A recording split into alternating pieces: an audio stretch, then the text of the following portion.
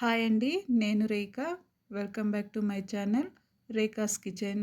ఈరోజు వీడియో సజ్జ కుడుములు ఇవి ఎలా చేసుకోవాలో చూపించబోతున్నాను. ఇవి చాలా హెల్తీ అండి. వినాయక చవితికి ప్రసాదంగా కూడా చేసి పెడతాం మేము. దీనికోసం శుభ్రం చేసిన సజ్జలు 1 కప్పు తీసుకొని మిక్సీకి వేసుకోవాలి. ఈ సజ్జలని మరీ మెత్తగా కాకుండా కొంచెం బరకగా పొడి చేసుకోవాలి.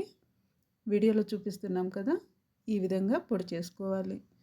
ఈ పొడిని ఒక గిన్నెలోకి తీసుకొని అందులో చిటికెడంతా ఉప్పు వేయాలి. ఉప్పు వేసి బాగా కలపండి.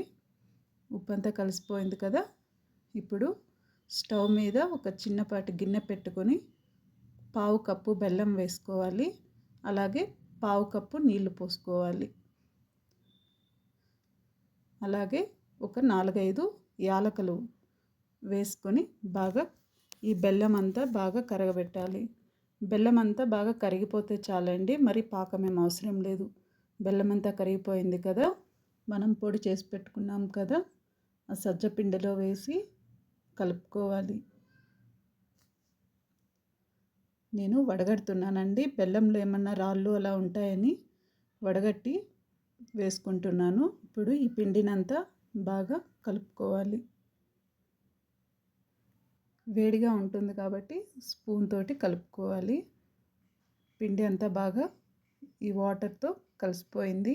పిండిని మీకు నచ్చిన షేప్లో కుడుములు చేసుకోండి. నేను ఒక 3 రకాల షేపుల్లో చేసుకున్నాను. ఈ సజ్జ కుడుములు హెల్త్కు చాలా మంచిది.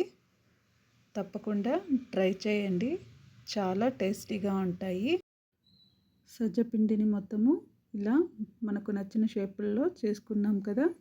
ఇప్పుడు స్టవ్ మీద ఒక కుక్కర్ పెట్టి అందులో కొంత నీళ్లు పోసి ఆ కుక్కర్కి సరిపడా గిన్నె ఒకటి పెట్టుకొని దానిలో తమలపాకులు పెట్టుకుంటున్నాను. మీ దగ్గర అరిటాకులు ఉంటే అరిటాకులు కూడా పెట్టుకోవచ్చు. ఆకులు పెట్టడం వల్ల పిండి అనేది కింద గిన్నెకి అంటుకోకుండా చాలా బాగా వస్తుంది. ఈ ఆకులు ఇలా పెట్టేసుకున్నాం కదా, ఇప్పుడు మనం చేసి పెట్టుకున్న కుడుముల పిండిని మొత్తము ఇలా పెట్టేసుకోవాలి.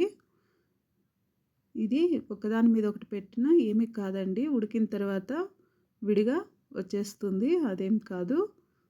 ఇప్పుడు దాని మీద ఒక మూత పెట్టుకొని ఒక 20 నిమిషాల పాటు ఉడికించుకోవాలి. చూసారు కదా, కుడుములు చాలా బాగా ఉడికిపోయాయి. చేత్తో తాకుతుంటే పిండి చేతికి అంటుకోవట్లేదు.